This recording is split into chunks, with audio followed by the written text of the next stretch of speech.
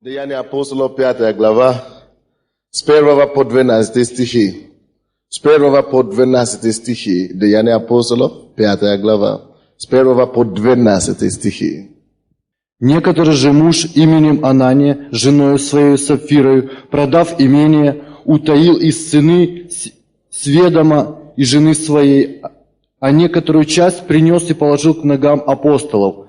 Но Петр сказал: «Анания, для чего же ты допустил сатане вложить в сердце твое мысль солгать Духу Святому и утаить из цены земли? Чем ты владел, не твое ли было, и приобретенное продажей не в твоей ли власти находилось?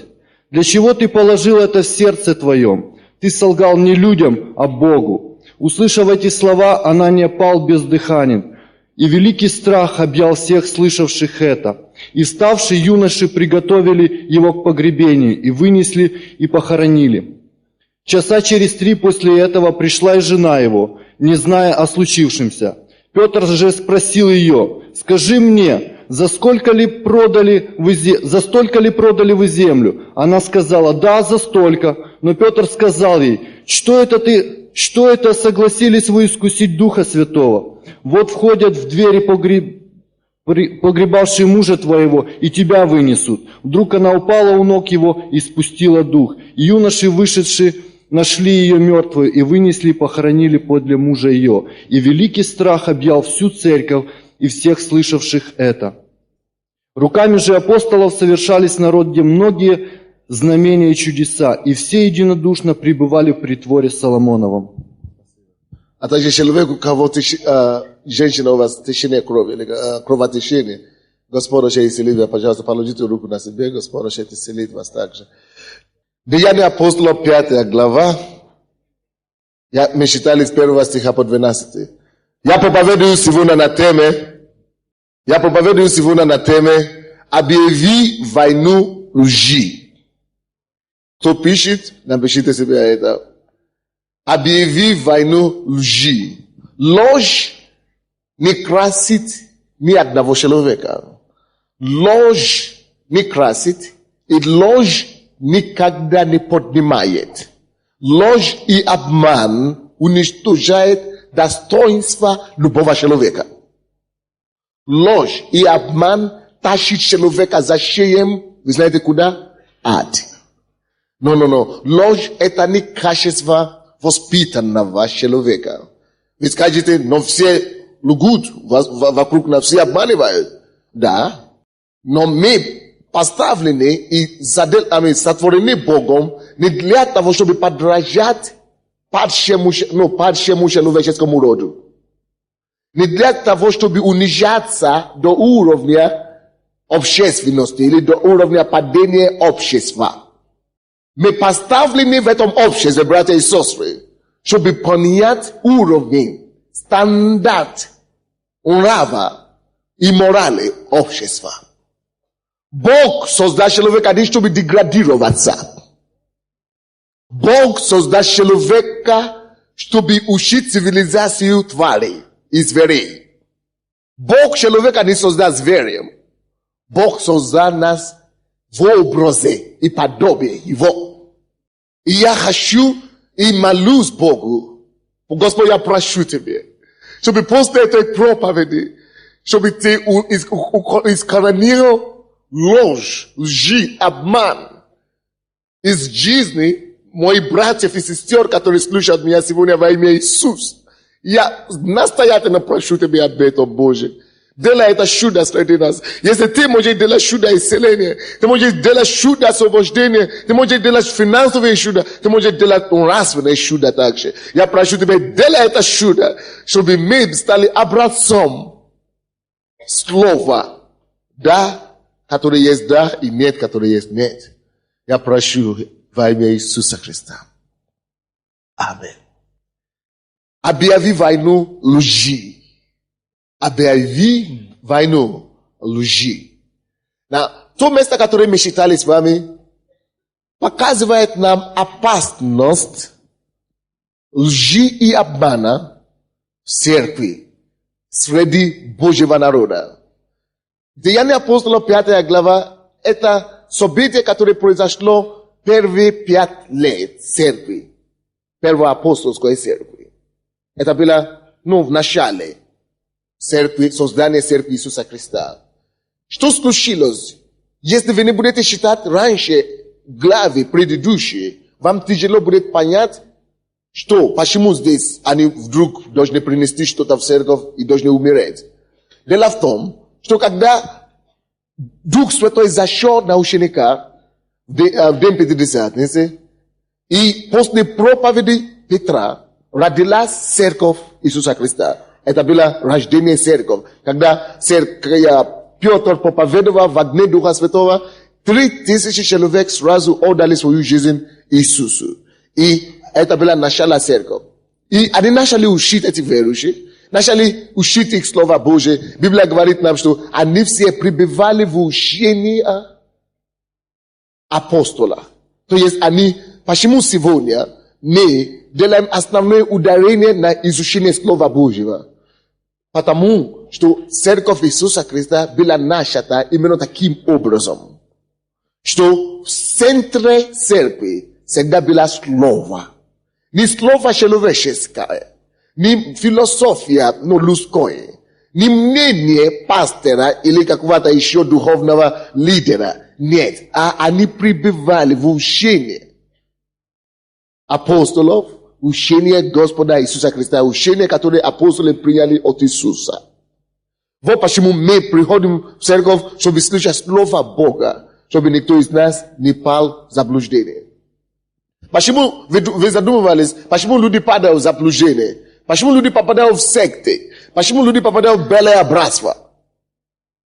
Потому что они не базируют свое учение и свое служение на Слово Божие. Что случилось после создания церкви Иисуса Христа?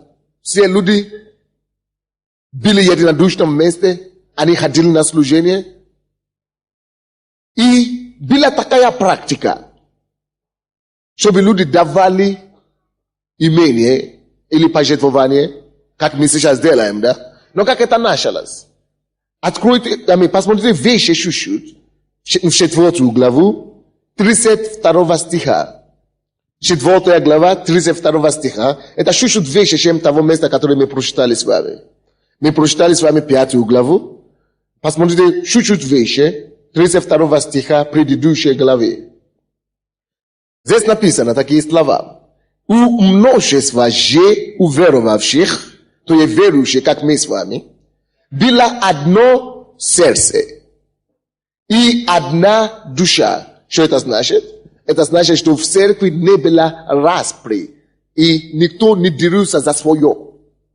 Действительно, церковь не должна быть место, где люди говорят, что это мое, вот, я такой. То, что происходит сейчас, что церкви начинают дерутся, это не пример церкви.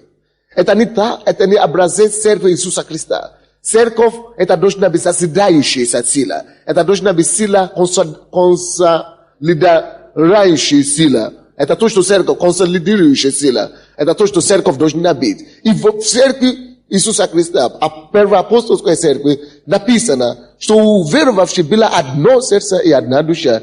И никто ничего. Слушайте, у них единство было насколько высоко, на таком уровне, что написано, что никто даже ничего из имени своего же имени, но никто из них ничего из имени своего не называл своим, но все у них было общее.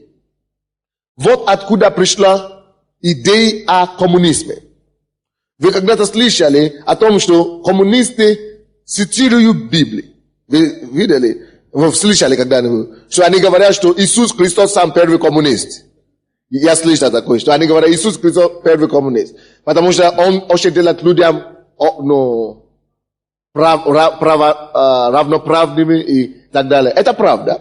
До какой-то степени. Послушайте здесь. Это именно отсюда, когда Бог создал церковь, люди были насколько единодушны. Но вокруг чего? Не вокруг идеи, не вокруг идеологии, вокруг личности кого? Иисуса Христа. Они были объединены в Иисусе. Они были объединены переживанием, все происходило какой-то эксперимент в жизни. Все они пережили, возрождающую силу Господа. Все они пережили живого Иисуса. Все они испытывали Господа. И после такого переживания не тяжело людям быть едино. После такого переживания не тяжело людям иметь все общее. Потому что они говорят, они уже знают, что все то, что они имеют, это на самом деле не свое. Слушайте, братья и сестры, вы слышали свидетельство этого брата, африканца, который свидетельствовал? Он такой как я говорю, на ломаном русском языке, так. На ломаном русском языке. Но понятно было, что он говорит, как это я дам 75%, которые, $75, которые у меня есть. У меня больше нет денег. А Бог говорит, а эти деньги, кто тебе дал силу зарабатывать их? Не я ли? Видите, очень часто, когда мы имеем чего-то, мы начинаем думать, что мы сами хозяева. На самом деле, человек разумный понимает, что есть люди, которые умнее его, и все равно не могли зарабатывать эти деньги. Есть люди, которые умнее тебя, но не находятся на этом месте, где ты находишься сейчас. Это благодатью Божией. Даже есть люди, которые могли бы находиться, где ты находишься сейчас, но по какой-то причине, может быть, лежат в больнице. Или в психиатрической больнице вообще. Но Бог тебя сохранил и дал тебе возможность иметь эту работу. Больше того, еще дал тебе возможность зарабатывать деньги. Он дал тебе силу. Это Бог дает нам силу. И поэтому, конечно, слушайте, вы обращайте внимание, что у учеников и у верующих первой апостольской могло создаться такая атмосфера после того, как они уже были вместе долгое время в учении Иисуса Христа. Они понимают Бога. Они были глубокими людьми духе. Они были развитыми людьми. Они понимали, что все равно Бог не дал зарабатывать. Все равно это Бог не дает возможность, зарабатывать деньги. И поэтому Библия говорит, что они все были настолько развитыми, что у них не было духа эгоизма. Слушай, дух эгоизма. Я, мое и не. Я, не мое, я, не мое. Это самый страшный дух в этом мире. Это корень всего зла. Я, не, мое. Это корень всего зла. Но в церкви Иисуса Христа Библия говорит, что люби ближнего, как самого себя. Аминь. И это в этой церкви было насколько сильно развито, что люди насколько любили друг друга, насколько любили соседа, как самого себя, что они даже свое имение, Галина, уже не называют свое. Они теперь уже называют это общее. Они добровольно это делали. Не то, что сектанты делали. Вы знаете, есть такие религиозные группы, секты, которые говорят тоже, на основании этого говорят, принеси все то, что у тебя есть. Продай дом, продай квартиру, продай имение матери и отца и приведи все сюда. Ты будешь здесь жить и спать. Это секта. Потому что это уже насильственно получается. Это уже получается, принужденно. Но здесь никто никогда не говорил кому-то, продай свои имения и принеси сюда. Но здесь была насколько сильна любовь к ближнему, любовь к соседу, что они были эгоистными больше. Они больше теперь хотят заботиться о другом человеке. Они насколько были охвачены ищением Иисуса Христа, что им все равно, это мое или это твое. Вот что такая церковь. Любовь, где царит Бог, где любовь царит, где мы видим друг друга как сестра и братья. Откуда пошло такое? Потому что есть многие из нас, которые мы просто называем друг друга брат, сестра, но не знаем почему. Не просто терминология, традиции или какая-то просто обыкновение, просто какая-то как мы говорим, обещание или как мы... Традиция. Это не просто традиция, брат, сестра. Это потому что любовь Божья насколько сблизила всех нас, что мы не можем себя называть иначе, как братьями и сестрами. Понимаете меня? To je na samom dele mi bratja i sestre drug drugu teper mi ljubim drug druga vo kak radnije. Bratja i sestre. I eta bila dejanja apostolov. I ani imeli все общее написано нам так. 33 стих. Апостоли же с великою силою свидетельствовали о воскресении Господа Иисуса Христа. И великая благодать была на всех их. Слушайте, оказывается, что апостоли свидетельствовали, проповедовали силою. Оказывается, что церковь должна быть силой. Оказывается, что сила Божья должна действовать в церкви. Оказывается, что сила исцеления должна действовать в церкви. Оказывается, что сила освобождения должна действовать в церкви. Оказывается, что сила утешения должна действовать в церкви. Оказывается, что проповедь Евангелия должна сопровождаться знамениями и чудесами. Оказывается, что Бог не мертвый Бог. Оказывается, что Бог не парализированный Бог, не парализованный Бог. Оказывается, что Бог может еще поднимать людей сегодня. Оказывается, что поэтому Он начал церковь, чтобы люди, которые нуждающиеся, могли прийти к Нему. Оказывается, что церковь Иисуса Христа должна быть, плацдарм для проявления сил Божьих. Оказывается, что церковь Иисуса Христа должна быть туда, куда люди могут обращаться, когда им плохо. Оказывается, что это есть место утешения для угнетенных. Оказывается, что это есть место исцеления для обреченных. Оказывается, что это есть время исцеления для немощных. Место исцеления для немощных. Братья и сестры, Евангелие Иисуса всегда должно провождаться великою силой. Во всех направлениях, не только исцеление, но в утешении, облегчении. Потому что написано, к Римлянам 1 глава 16 стих. Кто пишет, вы можете писать, посмотрите дома. Написано, что я не стыжусь Евангелия Христова, ибо оно, Евангелие, благовествование Христова, есть сила Божья. Оказывается, у Бога есть сила. А эта сила благовествование. Я не стыжусь по этому Евангелию из Христова. Пускай пишут обо мне сколько угодно, сколько хотят. Пускай пишут, пускай говорят, что хотят. Я не стыжусь Евангелия Христова. Ибо оно есть сила Божия к спасению.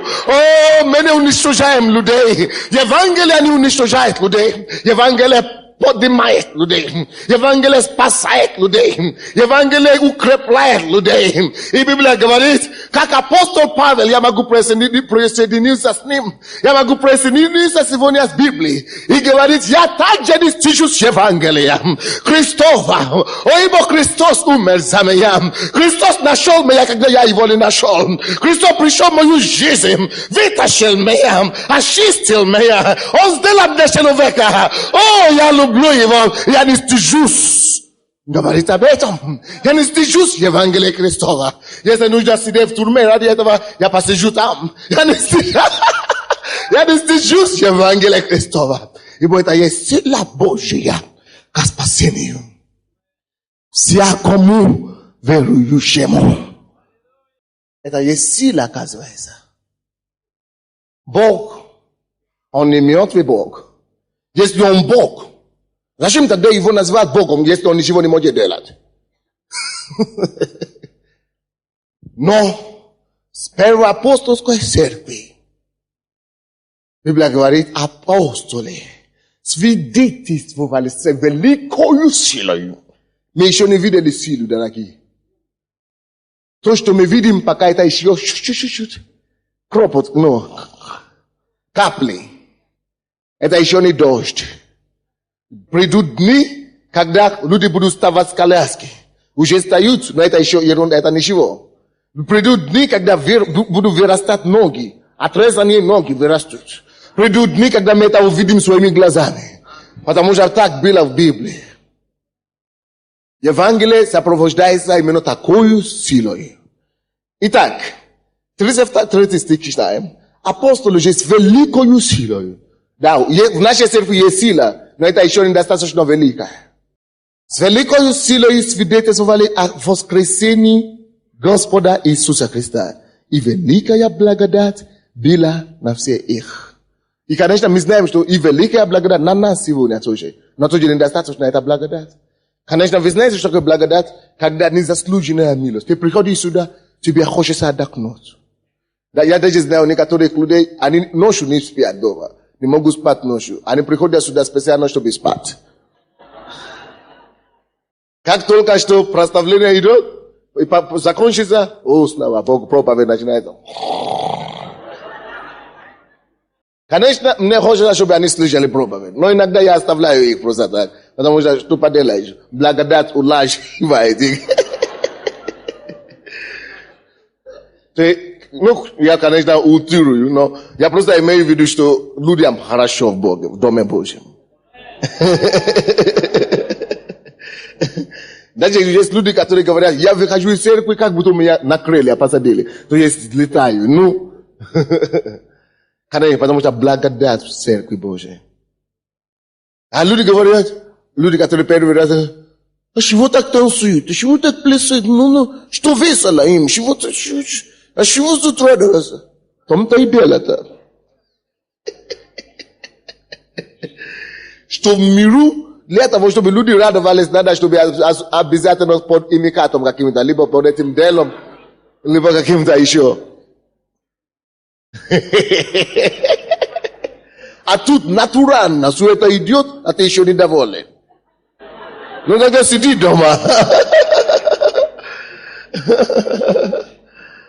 Конечно, мы благодарны Господу, конечно. Мы благодарны Господу, что Он есть в нашей жизни, что Он привел нас к истинному Богу, к новозаветному Богу, библейскому Богу.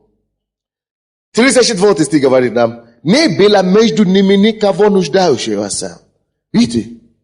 Не было между ними никого нуждающегося. Ибо все, которые владели землями или домами, продавая их, приносили цену проданного. Они продавали свои имения, чтобы обеспечивать другим, у кого нечего. И 35 стих, и полагали к ногам апостолов, и каждому давалось в чем кто имел нужду. Если бы мы это делали сегодня, я представляю себе, что написала Бекиевская ведомость. Или как эта газета, которую последний раз написали у нас. Регион, наверное. Они бы писали, о, вот это негр приехал. Он точно уже все. Люди к нему на подагах его приносят деньги. Если бы церковь, послушайте, если бы церковь Деяния апостолов была бы сегодня, их бы все распяли бы, конечно. Их бы уже все, выкинули бы их со страны. Им бы не давали визу. Если бы Иисус даже пришел бы на Украину сегодня, конечно, вы бы приняли его, мы бы радовались. Но есть некоторые, которые бы, они бы распяли его заново. Потому что он слишком нетрадиционный для них. Он слишком непривычный для них. Он не вошел и не входит в их представление религии. Он не входит в их представление о Боге и о церкви. Они хотят ему служить. Если он пришел сегодня, они бы его не приняли. Не, мы христиане. Мы крещены здесь, а ты какой-то чужак. Иисус, ну отойди отсюда. Какой Иисус? Я просто, конечно, говорю пример. Что то, что было в Деянии апостолов, как мы можем знать Иисуса? Как мы можем знать настоящую церковь? Какую она должна быть? Читай Библию. Там написано черно-бело. Они принесли не потому, что, чтобы обогащать апостолов. Не чтобы апостолы ездили на БМВ и на Мерседеса. Но чтобы они прежде всего обеспечивали нуждающимся. Вы слышали, да? Чтобы прежде всего обеспечивать нуждающимся. И поэтому в результате этой акции написано, что не было нуждающихся среди них. Не было. Служба милосердия среди них очень хорошо работала. У нас тут есть служба милосердия. Братья и сестры, которые занимаются этим, вы слушаете сейчас? Мы собираем пожертвования здесь. Конечно, к сожалению, 35 от 35-40% идут на погашение аренды. Но какой-то процент идет тоже на милосердие, на обеспечение членов церкви. И не членов церкви тоже. Беспризорные дети, наркоманы, алкоголиков и так далее. Так радость на церковь. Не потому, что я хочу стать президентом Украины. Не. Вы знаете, это для меня стать президентом. Извините, я не унижаю президента, я не унижаю другой. Даже в своей стране зачем мне стать президентом Америки или Нигерии? Зачем мне? Потому поскольку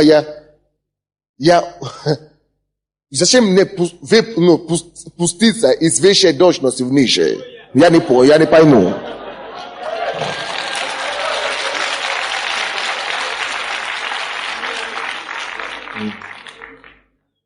Не пойму.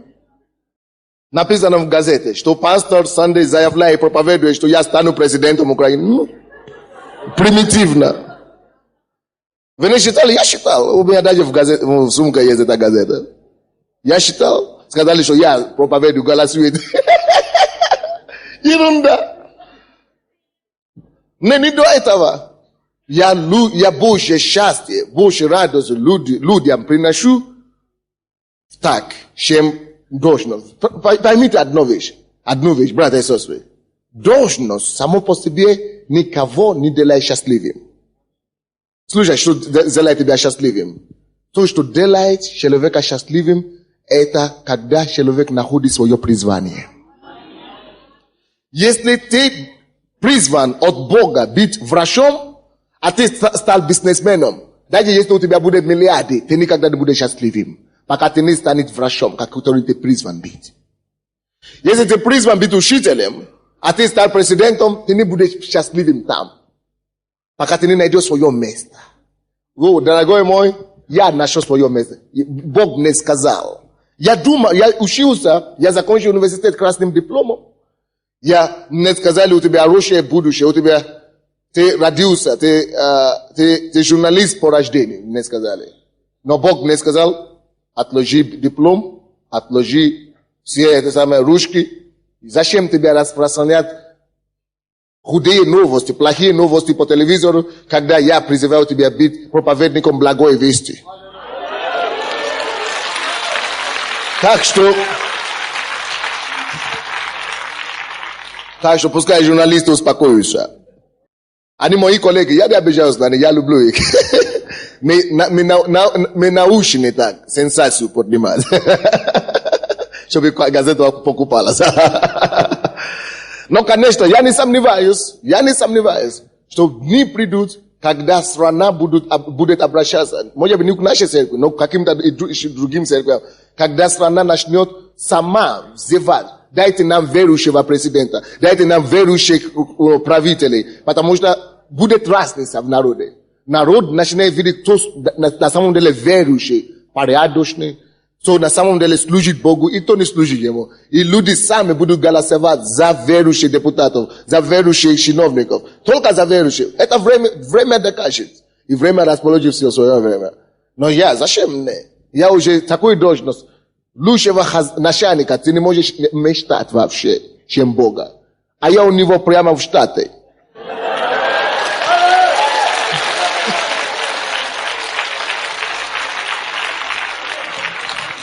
Да, представляешь?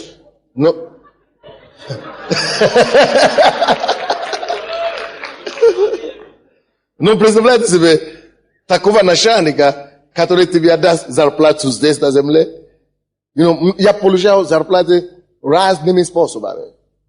Я получал зарплату, когда я вижу одного наркомана, который свободен, улыбается, который радуется. Это для меня больше, чем любые денег.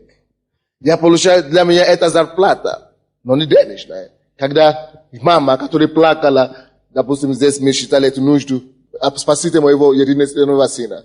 Если нам удастся этого спасти, для меня это больше, чем зарплата. Знаете? И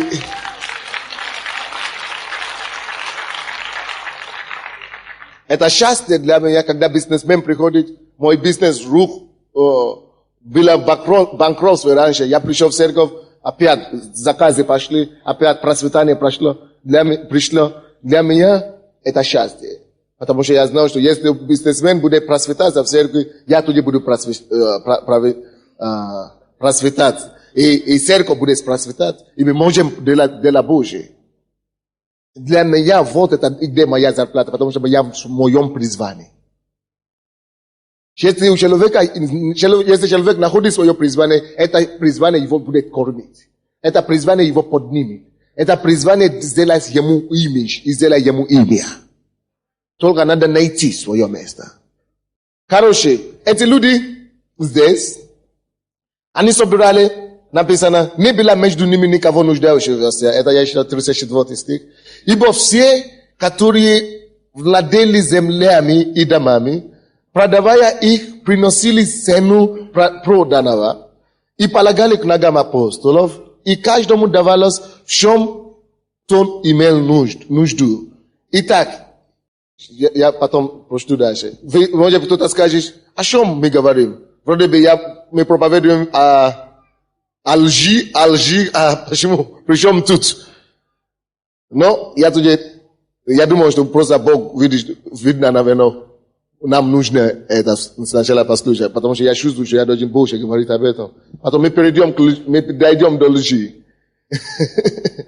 Но здесь люди были верующими на самом деле. Они принесли не только десятину. Вы слышите? Сейчас по церквям, по всему миру, мы насколько застеклись на это десятину. Только 10% люди приносят. Даже и это десятину даже мало кто не приносит, даже из членов церкви. Но в Деяниях апостолов люди не только приносили десятину, кроме десятины, люди еще пожертвования принесли. И мы тоже несем пожертвования, но не пожертвования было больше, чем десятин намного. Это было то, что у них было изобилие личное, они давали Богу, они давали нуждающимся. Я читал одну статистику, которая говорит, что только с 3% до 35% верующих платят десятины. Когда я еще, как это 3% платят регулярно десятины в своей церкви. Я говорю, нет, моя церковь не такая. Гордость так, задела, что не, наши люди знают лучше, как это 3%. Они говорят, максимум, где люди платят хорошие, где люди сами дисциплинированы в церкви, платят только десятину 35%. Представляете себе? И я говорю, что я проведу такой эксперимент однажды в нашей церкви. Я просто спрашиваю, не для... Я вас не знаю по лицу. Я даже если я вас знаю по лицу, ничего спрашиваю. Я просто ответил. Ну, просто интересно. Сколько процентов в нашей церкви действительно платят десятину Богу, дает десятину Богу. Не разом, а регулярно. Если вы не работаете, это же не ваша вина. Украина, экономика такая, страна такая. Если у вас нет возможности чего. Но я бы хотел знать, просто давайте закроем наши глаза, просто для меня, чтобы не смотрели вокруг. Кто действительно регулярно, на регулярном основании дает десятину, регулярно, ну, честно, только перед Богом. По-моему, у нас 35% есть. Неплохо. Аминь. Слава Богу. Неплохо. У нас, значит, хорошо идут дела в этом направлении. Люди более добросовестны. Но слушайте, здесь читаем дальше. 36 стих. Итак, Иосия, прозванный от апостолов Варнавой, что значит сын утешения, левит родом киприанин, у которого была своя земля, продав ее, принес деньги и положил к ногам апостолов. Это Варнава продал свою землю, личную, которая у него была, и принес деньги. Слушайте, сейчас мы начнем нашу тему. Когда Варнава принес свои деньги и положил к ногам апостолов, 5 главу сейчас, посмотрите 5 главу. Первый стих. Некоторый же муж именем Ананиас, женой своей, Сапфирою, продав имение, утаил из цены с ведома и жены своей, а некоторую часть принес и положил ногам апостолов. Это продолжение. Так, вы поняли, да? Что было дело здесь? Дело было в том, что пока другие люди продавали свои вещи и приносили, Анания и Сафария, муж и жена, им было неудобно. Что у нас тоже есть богатство. Другие люди приносят, а мы не приносили ничего. И они тоже дали, я верю, что то, что практика здесь была такая практика, чтобы люди давали как бы обет, да? Ну, обет Богу, что Господь, я дам тебе это, я умею это, я принесу это тебе. И они тоже дали обет, что они продадут их землю и принесут всю сумму Богу. Всю сумму Богу. Но когда они продали, конечно, наверное, они подошли к апостолам, помолитесь за нас, чтобы продалась наша земля. И чтобы продалась заросшую сену. И, конечно, апостолы, наверное, помолились за них. Хорошо. И они настолько удачно продали эту землю, что столько сумм они не ожидали. Допустим, они хотели продать квартиру или эту землю за 30 тысяч.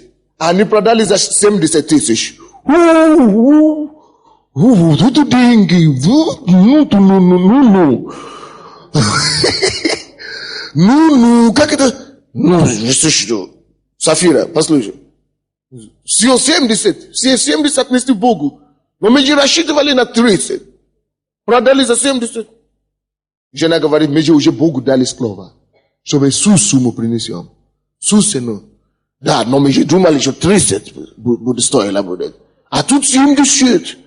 Она скажет, да, но они же помолились за нас, чтобы мы удачно продали. Это же Бог дал. Если Бог дал 70, значит, это же Он. Не. Все-таки, давай подумаем. Но нам же тоже нужно, посмотри. Мы же тоже жить надо. За что жить тоже. Надо. Хорошо, понял. Тише. Ну, конечно, Бог Богом, конечно, церковь Бог, но 30 тысяч и 70. Разве это тоже плохо? Но это неплохо. Ну, половину. Хорошо, давай отнесем 30. Хорошо, договорились. Отнесем. И они принесли часть всего лишь. И отдали Богу. Вроде бы, конечно, никто бы не знал. Апостолы бы ничего не знали. Верующие бы ничего не знали. В конце концов, это мои деньги. Хочу даю, хочу не даю. Понял? Поэтому они решили часть принесли и часть утаили. Но в том-то и дело. Что Бог есть Бог. Обманывать Бога-то дело, конечно, незавидное, или как мы говорим, незавидное. Обманывать Бога дело незавидное. Короче, они думали, конечно, что обманули. Между прочим, наши церкви тоже есть такие. Приходят в домашние группы. Давайте, я хочу продать квартиру. Давай, помолитесь, чтобы мне удалось продать. Молятся за нее. Продает. Десятину дал. Надо еще другую купить, надо там найти другую. А Бог, который тебе дал продать, он что? Он ушел, он уже успел умереть за это время. Что он тебе не поможет купить другую или что ли? Не до этого. Я сначала куплю другую, а потом десятину принесу. Что останется? Так и происходит. Не успеешь купить другую, или купить другую, а десятину уже даже не помнишь отнести. Не вспоминаешь принести. Уже все. Даже были такие случаи, что церковь потом пришла, верующим пришлось уже таким людям. Они получили, допустим, человек, семья такая, продали квартиру за престижном районе за где-то, я не помню какую сумму, скажем, 50 тысяч. Купили дом другую за 15 тысяч. Вроде бы много денег осталось. Десятину принесли. Не, я не могу, как это, целую 5 тысяч отдать Богу, церкви. 5 у меня сын, Через полгода эта семья уже приходит в церковь, чтобы просить помощи. Потому что все то, что у него были, не знали, куда делись. Они уже были в такой нищете, дьявол довез их до низу, что они уже теперь приходят к Богу, в церковь, пожалуйста, помогите нам, хотя бы на питание. Вот что дьявол делает. Дьявол обманывает тебя, и они думают, что Бог, в следующий раз я дам. Короче, эти люди, Анания, и сафария, они принесли некоторую часть, положили к ногам апостолов, 3 стих, но Петр сказал, Анания, это пастор, он был пастором тогда, Петр, знаете, слушайте, быть мужем Божьим, разбуди, кто спит рядом с тобой. Посмотри на своего соседа, я говорю, если ты спишь, послушай проповедь. Интересно, между прочим. Там тоже разбудите своих.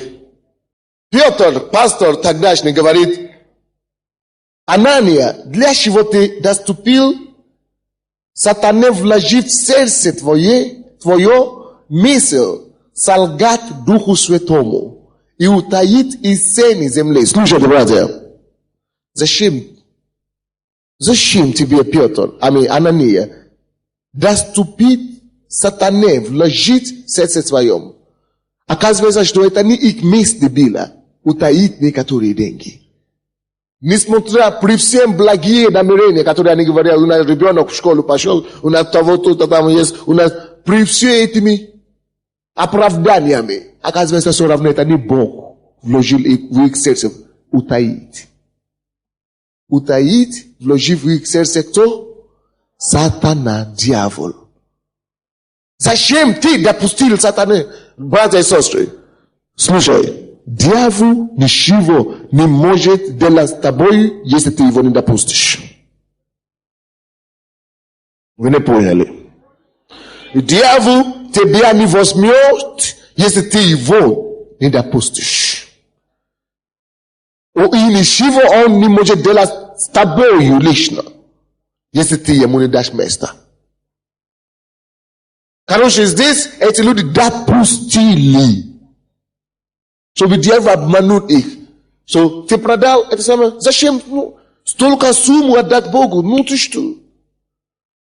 Слушайте, Богу поругаем не бывает. Бог поругаем не бывает. Он, наверное, получил шок. Откуда он знал? Кто ему сказал об этом? Слушай, пастыря, мы, пастыря, которые здесь служим, не только в нашей церкви, мене муму, мене это самое.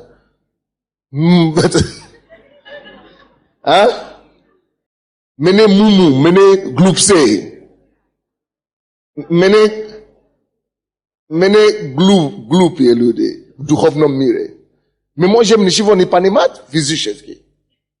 Но Бог не кое-какие вещи открывает нам. Мы умеем слушать Бога. Мы умеем слушать голос Духа Святого, потому что Богу все известно. Все известно. А если ты действительно служитель Бога, и ты близок к Ним, да, мы не все знаем, Бог специально некоторые вещи нам не показывает.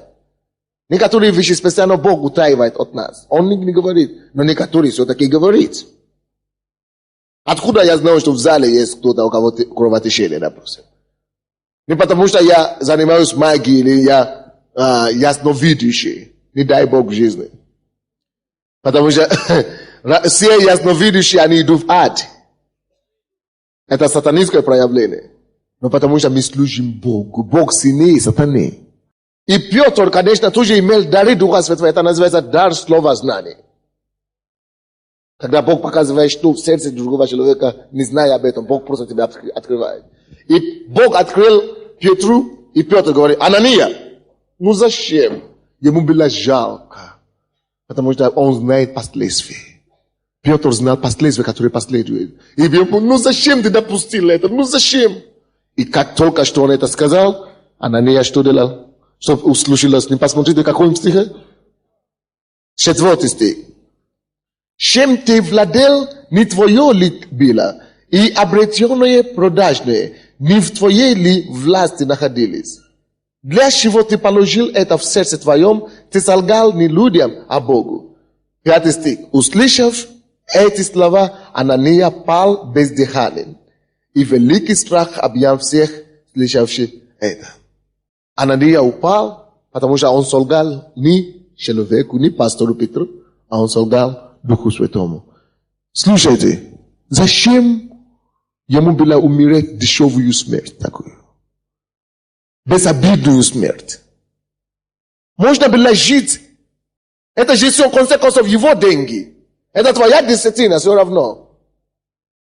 Но кушай на здоровье, не дай Богу ничего. Но даже если бы они сказали, Господь, мы даем тебе только 10%. Это честное слово. Иисус говорит, да, твое слово будет да, твое да будет да, твое нет, нет. Но причина, почему он упал и его жена упала, они умерли, вот это только потому, что сказали одно и делали совсем другое. Что это, как это называется? Ложь. Если бы они сказали Богу, Господь, я тебе дам только 20, допустим, или 50%. Понятно? Или если бы сказал, Господь, не получилось, я прошу прощения. Я обещал 50%, я принес 30%. Ну, прошу прощения. И потом я отдам. Честное слово, Бог это знает. А тут доказывает, что нет, мы за столько продали. Он говорит, Анания, ты за столько продали? Да, за столько. Ты за столько? За столько. Зачем тогда тебе? Утаить от Бога. Неужели, если он Бог, ты ничего не утаишь от него? Аминь. И что это такое? Это показывает нам опасность лжи. Опасность чего? Лжи. Лжи. Братья и сестры, слушай. Если Бог спас нас от мира сего, Он понимает также, что ложь опасна для нас. Почему люди сегодня, они умирают? Вот так, как Анания упал и сразу умер. И его жена тоже пришла, она упала и сразу тоже умерла. Почему сегодня люди не падают и не умирают так? Слушай, если бы это даже произошло, меня бы посадили на следующий день. Они сказали, это негр убил его. Бог знает, что он делает. Но слушайте, даже если человек сегодня не умирает физически так, хуже происходит духовно с ним. Вы понимаете? Это доказывает нам, что есть последствия греха лжи. Всякой лжи, на всякой лжи есть чего? Последствия. Откройте, пожалуйста, Притчи, 19 глава.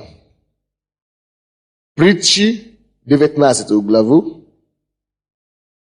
Притчи, 19, 5 стих.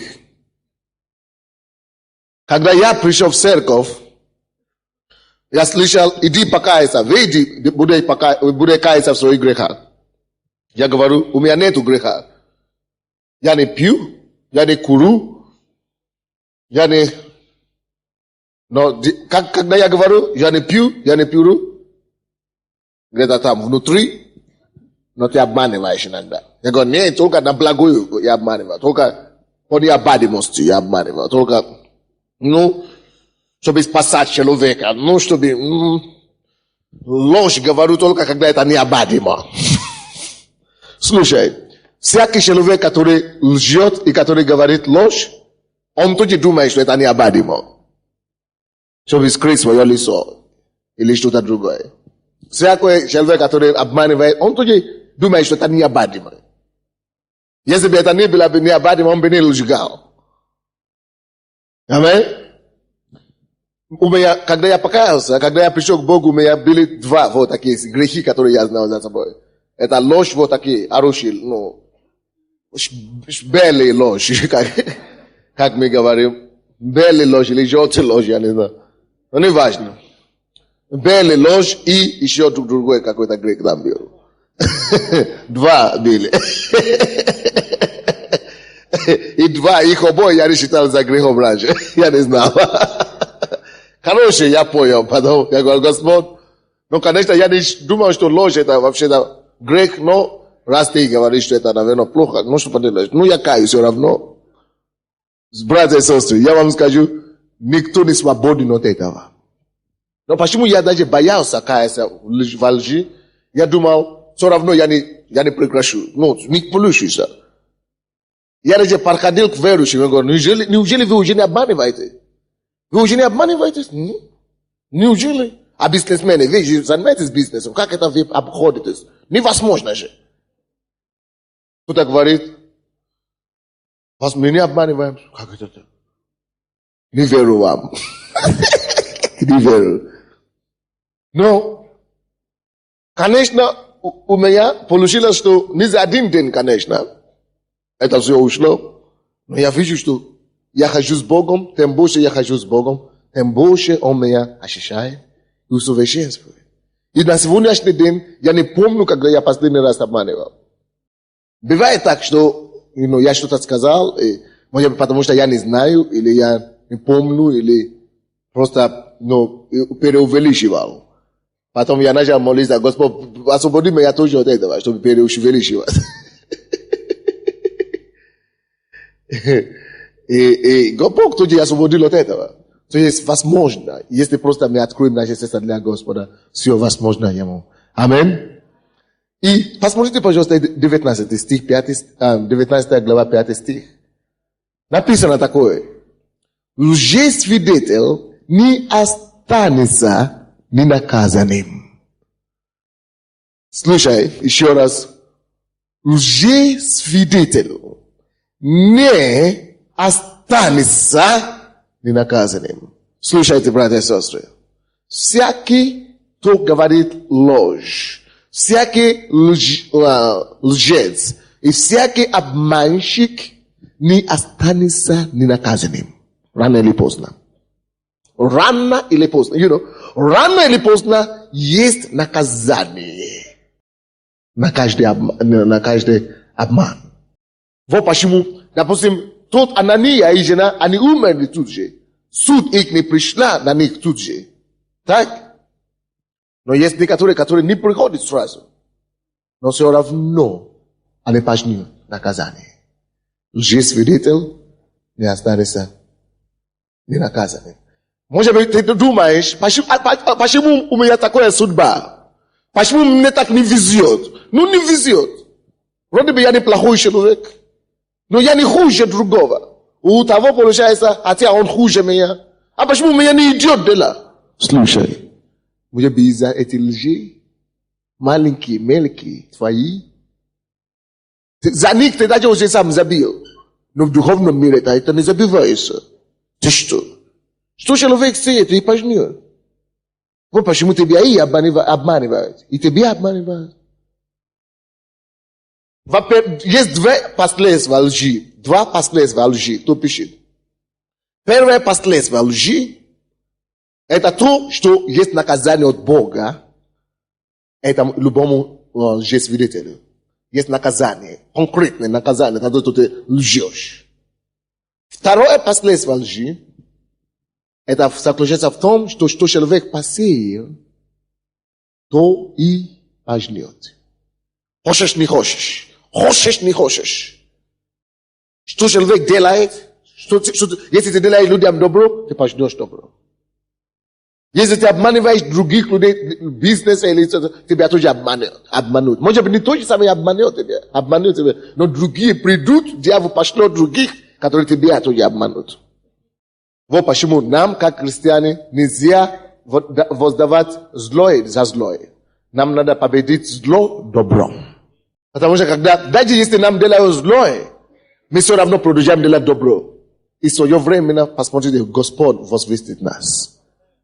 Бог никогда не забивает искренним сердцем. Читайте вторая часть этого стиха. Лжесвидетель не останется ненаказанным. Так? Это с одной стороны. И кто говорит ложь, не спасется. Слушай. Это мрачный перспектив. Мрачный перспектив. Мрачное будущее.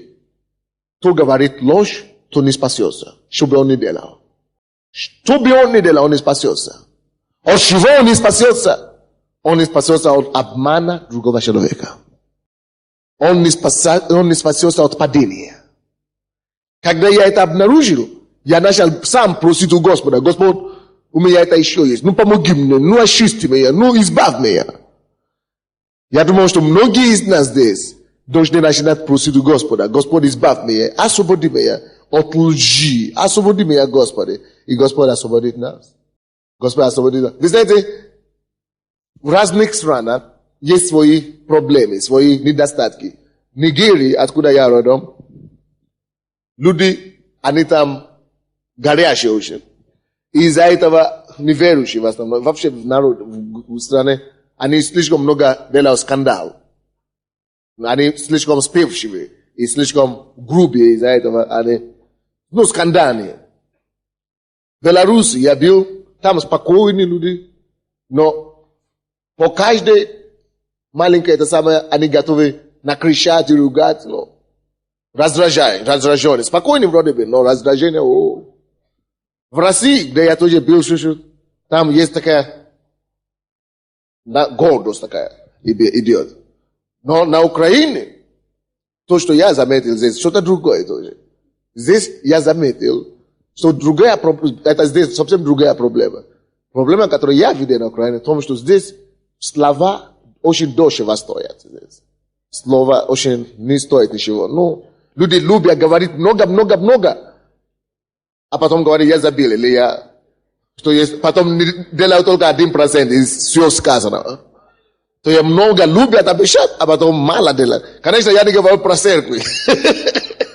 Я говорю про миру, то, что я видел. Даже церкви иногда приходится встречаться с такими вещами. Но, что поделаешь, мы меняемся постепенно. Но, то есть здесь, я видел, что это тоже страшная болезнь. Когда люди не умеют держать за слово. Люди говорят тебе много, вроде бы хорошо все. Ты садишься, между прочим, украинцы любят хорошо, они умеют говорить. Да, имеют способность посадить ты прямо, плывешь. На их слова, да. Да, бывает такое, есть такое. Я просто как со стороны смотрю. Да, просто как, конечно, это не упрекание, просто чтобы я должен учить, донести эту тему, хорошо? Вот почему я делаю такой пример. Потому что я работаю на телевидении, и там были разные люди из парламента везде. Но такие хорошие, тут, конечно, лучше на самом деле 7 раз отмерить. Серьезно. Или отрежь, или как мы говорим. Да. 7 раз отмерить, сначала прежде 7 раз отмерить, отрежь. То есть, точно это слово работает здесь. Люди любят говорить много, а только мало из них делают. Но это противовес то, что христиане должны делать. Христиане, Библия говорит нам наоборот. Откройте этот Евангелие от Матфея. Евангелие от Матфея 5:37. 5:37. Матфея 5:37. Мы христиане другие люди. Мы не должны позволять этому греху войти в нас, как христиане. Даже если это было у нас, давайте искореним его. Давайте начнем быть надежными. 37 стих. Но да будет слово ваше да, нет. А что сверх этого, то от лукавого. Вы слышите? Даже неверующие даже это заметили. Эти бизнесмены с Америки, Запада, они очень мало дают инвестицию на Украине. Потому что они говорят, либо коррупция, либо обман, что есть очень много. Но что поделаешь? Мы не жалуемся. Мы работаем над собой. Аминь. И мы верим, что через нас эта чистота распространится по нашему обществу. Аминь. Поэтому давайте просто объявим войну лжи. Почему? Потому что лжесвидетель, как написано, не останется ненаказанным. А кто говорит ложь, не спасется. Это Бог говорит. Если хочешь, конечно, ты можешь бунтовать против Бога, ты можешь говорить, ерунда какая-то. Хорошо. Потом пожнешь, дорогой. Откроем, пожалуйста, Галатам 6 глава. Галатам 6 главу. Галатам 6. Там должно быть что-то для нас полезное. Конечно, есть некоторые, которые слушают, они говорят, что без этого я не могу. Хорошо. Пожнешь. Значит, не останется наказанным. Написано здесь, Галатам 6, 7 стих. Не обманывайтесь, Бог поругаем не бывает. что посеет человек, то и пожнет. Если ты сеешь ложь, что пожнешь? Если ты сеешь обман, что пожнешь? Все, естественно. Сеющий в плоть свою от плоти пожнет тление, а сеющий в дух от духа пожнет жизнь вечную. Откройте, пожалуйста, еще от притчи 29. Я заканчиваю. Притчи 29, первый стих. Притчи 29:1. Притчи 29:1. Здесь написано такие слова. Человек, который, будучи обличаем, ожесточает вию свою, внезапно сокрушится, а не будет ему исцеления. Братья и сестры, эта тема не случайно Бог принес нам сегодня. Человек, будучи обличаем, Бог хочет обличать нас, чтобы мы изменились. Но если человек обличаемый и ожесточает вию свою, шею свою, ожесточает, то Библия говорит, что будет ему, как? Не будет ему спасения, он внезапно сокрушится. Это слово сокрушится, значит, внезапно уничтожится, внезапно разрушится. Братья и сестры, может быть, вы пришли сюда сегодня, и Бог решил дать вам слушать эту проповедь сегодня, потому что Он хочет спасти вас от сокрушения. Возможно, в вашей жизни, в вашей семье есть какое-то сокрушение, которое уже будет. Дьявол только ждет, чтобы вы обманывали где-то, и сокрушение внезапное. И Бог хочет избавить нас от таких сокрушений внезапных. Он говорит, пожалуйста, послушайся. Пожалуйста, послушайся. Пожалуйста, послушайся. Лжесвидетель не останется ненаказанным. Я еще обращаюсь к вам, братья и сестры. Я знаю, что это было в жизни всех нас. Жены обманывают мужей, мужи обманывают жен. Но давайте договоримся с вами сегодня. Мы не хотим копаться в прошлое. Не копайся в прошлое твоего мужа, или твоей жены, или твоего сына, или твоего родственника, что такая проповедь была сегодня, а ты меня 10 лет тому назад обманул, наказание будет. Слушайте. Давайте будем больше, выше этого, хорошо? Давайте будем сами старше этого. Это для нас. То, что было, то было. Заднее прошло, вчерашнее прошло, сегодня давайте будем жить сегодняшней жизнью. Давайте уже начнем делать это порядок. Потому что человек, будучи обличаем, который ожесточает вину свою, то есть он это самое, упрямый. Ты его обличаешь, а он упрямый идет. Я уже сколько лет обманывал, всю жизнь обманывал, еще ничего не было. Может быть, поэтому Бог и тебе говорит сейчас, чтобы у тебя не было внезапное сокрушение. А человек, который вот так ожесточает себя таким образом, Библия говорит, что будет ему сокрушение внезапное. Откройте последнее место Писания. Откровение. Последнюю книгу Библии. Откровение 21 главу. 21 глава Откровения. Откровение Иоанна. Как мы говорим? Апокалипсис или как? Апокалипсис. 21 глава, 8 стих. 21 глава, 8 стих. Здесь написано, боязливых же и неверующих, и неверных, и скверных, и убийц, и любодеев, и шарадеев, и идолослужителей, и все лжецов уществ озера горящим огнем и серою. Это смерть вторая. Когда я это читал, это то, что меня окончательно сломало. Оно меня так сломало, что еле-еле понимался после того. Оказывается, братья и сестры, послушайте, оказывается, что за ложь Бог может послать человек, может идти в ад. Но за все грехи подумал, но мог бы допустить. Но ложь я бы никогда не подумал. Как это? Ну все лгут, ну иногда не обадами лжи такие. Как это озеро огненное сразу? О, не. Не, тогда лучше усрану. Лучше уберу. Давайте склоним нашу голову, будем молиться. Поговорите с Богом. Скажите, чтобы Он помог вам. Попросите у Него помощь. Чтобы Он помог вам жить порядочную, богобоязненную жизнь. Чтобы Он помог вам избавиться от лжи, от обмана, даже от необходимых обмана и лжи. Попросите у Господа помощи. Обратитесь к Нему своими словами. Кто-то задает вопрос сейчас. Кто-то после этой проповеди более остается возмущен. Потому что вы говорите, я не могу тогда существовать, мне придется закрыть свое дело. Потому что без взятки и перекупки я не могу ничего делать в этой стране.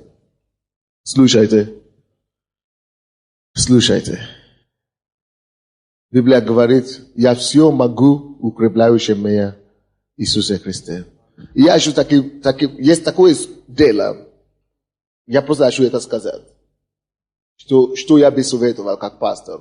Есть человек, у кого какой-то вопрос, взятки и так далее. Я хочу вам сказать, мы верующие, нам не тяжело давать людям благословение, деньги или что-то. Наоборот, Библия говорит, что блажение давать, нежели получать. Мы охотно даем. Нам не тяжело давать людям благословение. Но я хочу, чтобы вы знали, что взятки – это когда человек дает заранее деньги за какую-то услугу должностную или что-то такое. Но мы, как христиане, мы не даем взятку, да, но мы можем благословлять людей. То есть, если вы видите, что человек, он требует деньги, объясните ему, я христианин. Если ты требуешь эти деньги от меня, чтобы делать эту работу, я готов тебе дать эти деньги, но только как зарплата или как благодарность после того, как работа уже сделана. Я не могу дать, чтобы работать, потому что это против Конституции, это против закона. Вы понимаете меня? То есть мы не жадные вот такие. Мы не скупые люди. Нет, мы можем давать, мы хотим давать, но мы хотим давать правильно. Вы слушаете, да? Я просто чувствую, что кто-то, у кого-то был эти вопросы. Если это у тебя был, если этот вопрос был у тебя, и ты получил ответ сейчас, подними свои руки. У вас был этот вопрос? У вас тоже был этот вопрос? У вас был этот вопрос? У вас был? На балконе тоже был этот вопрос. Так что Бог хотел ответить на эти вопросы людям. То есть мы можем благословлять людей. Не даем взятки, но мы благословляем людей. Вы поняли, да? Не даем... Может быть, то, что они просили. Если он считает, что это то, что ему стоит, чтобы делать работу, это то, что ему надо, чтобы делать эту работу, дай ему. Но действительно, если человек делает что-то для тебя, ты должен благодарить, ты должен дать, ты должен платить за это. И христиане, мы желаем больше давать, чем низкие люди. Но мы должны это делать правильно. И тогда это не будет обманом или лжи. Вы понимаете меня? Поговорите с Господом. Каждый говорит с Богом. Господь, помоги мне избавиться от всякого греха. И от лжи и обмана в том числе.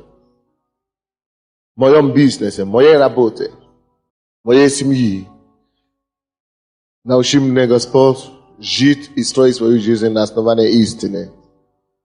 Я не хочу внезапно разрушаться, сокрушаться. Избавь меня от сокрушения грядущих. Избавь меня, Господь, от внезапных сокрушений. Боже, я прошу Тебя, прости меня.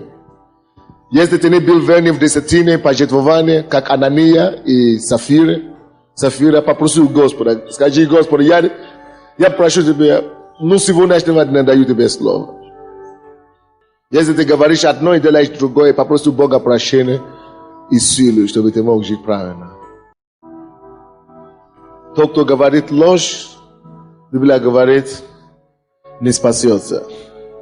Алжир свидетель сокрушится. Библия говорит нам, что не останется ненаказанным. Господь, мы нуждаемся в том, чтобы Ты сделал нас таким, как Ты хочешь нас видеть. Сделай нас в образе и подобие Твоего, Господь, чтобы мы могли подражать Тебе и быть такой, как Ты. Господь, очищай нас, очисти нас еще раз Твоей кровью, Господь. Помоги нам быть таким, как Ты, чтобы наша слава могла быть да и нет. Помоги нам, Господь, быть более решительными. Помоги нам, Боже, быть христианами на самом деле. Смотри за своими словами. Господь, если мы были виновными в этих грехах, Господь, прости нас. Мы просим Тебя во имя Иисуса Христа. Боже, мы также просим Тебя, Господь, помоги нам избавиться от таких привычки, от этого вредного привычки, Боже. Господь, сделай Твою церковь такой, как Ты хочешь ее видеть. Господь, также от греха Анании и Сафари, помоги, избавь нас от нее, Господь. Дай нам, Господь, быть верным в наших обетах к Тебе, быть верным в наших десятинах, в наших пожертвованиях, Господь, чтобы мы могли быть действительно Твоими детьми. Боже, мы благодарим Тебя.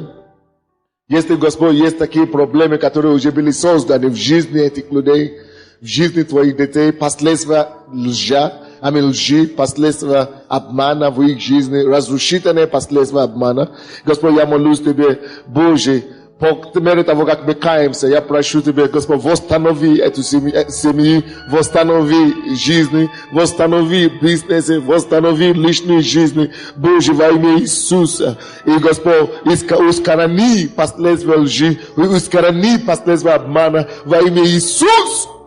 Господь, разрушение семьи, я молю, через обман семьи разрушение, именем Иисуса, я молю, чтобы здравие пришло туда, чтобы исцеление пришло, чтобы восстановление пришло во имя Иисуса. Господь, бизнес, дела разрушение, последствия лжи, я молюсь, Боже, после нашего покаяния, я прошу Тебя во имя Иисуса, Боже, восстанови эти бизнесы, восстанови эти работы, эти дела, Боже, во имя Иисуса, восстанови, Господь. Восстанови жизни цели, счастные жизни, личные жизни. Господь, восстанови нас, прости нас, Боже, и убери всякие последствия от нас, чтобы мы могли быть порядочными и добросовестными гражданами. Во имя Иисуса Христа. Аминь.